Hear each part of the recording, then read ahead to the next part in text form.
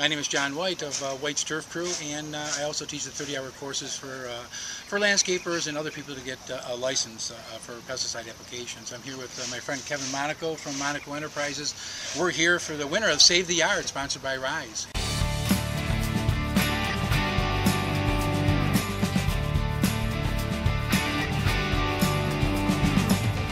Hi, my name is Nathan Smoka. Hi, I'm Liz Smoka, and this is our daughter Isabella, who's trying to say her own name here.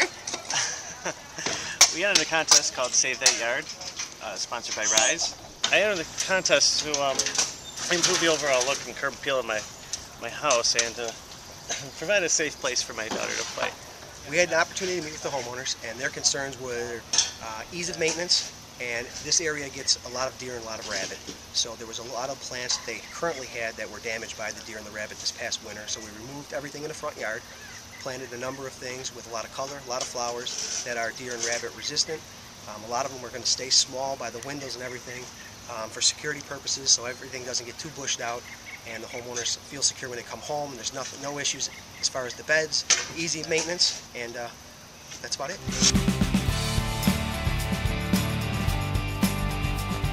I'm glad we had this opportunity to talk to Nathan at this point, because there's a lot of cultural practices, things that a homeowner can do to help themselves when a new planting or a new grass seed is put in. And one of the biggest things is that we do is watering. Watering's huge. If you put a plant in, it needs water to survive. And a lot of people say, well, you know, I water my lawn, which is a lawn turf is considered a plant also. You need to cut it at 2.5 to 3 inches. As high as you keep it mowed is how deep the root systems are to search for water and keep its color. Scalping it at this time of year will turn it brown and make the color. You'll lose your color completely. For the overall health of the plant, 2.5 to 3 inches is good. And the other thing is you're going to have brand new plants, so you're going to have a real nice landscaping up there. So keeping a small plant in a small yard is going to be important. As it grows, it's going to be a medium plant in a small yard, and then so pruning, keeping it pruned is going to be important.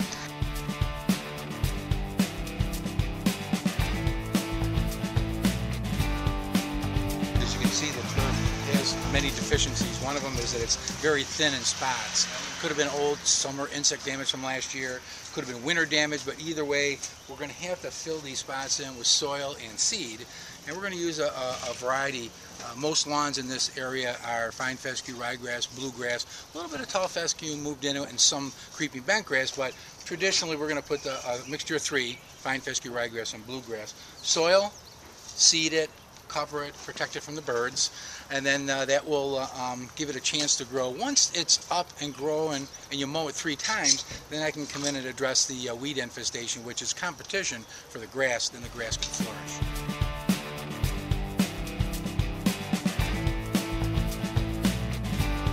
What we're doing right here is applying a product that's actually is a weed barrier, like the plastic that you put down, but it's a product that disperses. It's a granule, you can walk right at it when you're done, and what it does is disperses and sets it a barrier, so when the weeds or the grass try to germinate, it stops the germination.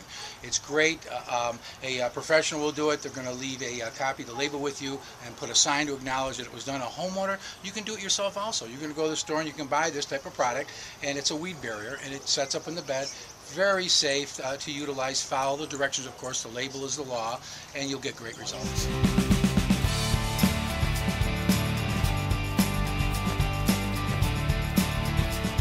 What we're going to talk about is the plants. They're actually putting the plants in right now. There's a lot of things they can do to help themselves to keep these plants healthy, and we talked about pruning them.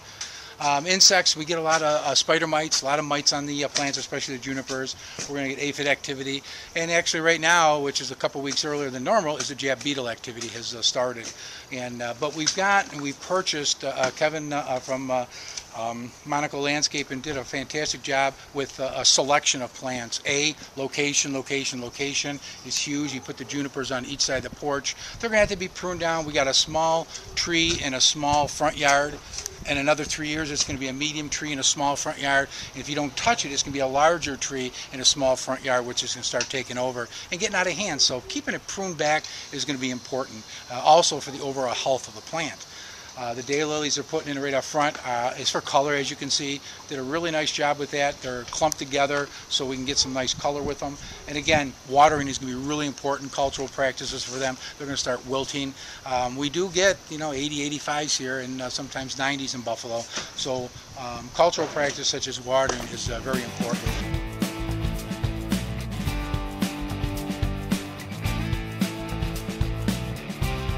What we're going to talk about right now is the fact that they're just about done with the overseeding, and the process now will be fertility. We talked about fertility in the bed, so we're going to talk about fertility on the turf area. And usually the best times for the most fertilizer is spring and fall because of moisture. But we're going to put a slow release nitrogen fertilizer, and what it's going to do is it's going to slow release. You do a quick release with 80-degree temperatures, you can get a lot of burn potential. That's why we're doing 50% slow release. And the other thing with fertility is applying it with the proper equipment, because if you put too much in one area or streak it, stripe it, you can also burn the grass right out. So we're going to follow through with a granular fertilizer. A homeowner can do that themselves. They can do it with a drop spreader, preferably a rotary spreader. You can purchase it at any store, but you also do it with a handheld one. This is not a big yard, and you can get success doing it with a handheld spreader that spreads it out vertically. It does a nice job with it. He's putting down some coverage right now. What it's going to do is protect the seed from the hot weather and from birds. And it also has a fertilizer in it, which is going to help it grow, because it needs nutrients for the plants to grow. There are nutrients in the soil, but there are some nutrients that a fertilizer has, with the nitrogen, the phosphorus, and the potash, that's going to assist with the development of the plant.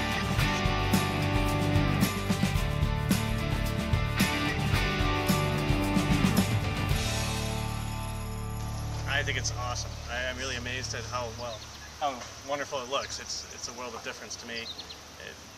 I'm almost proud to, I'm gonna have to say I did it myself. Good answer. I really have to keep up the rest of the house. I don't have to keep up with the Joneses anymore. I have to keep up with my landscaping.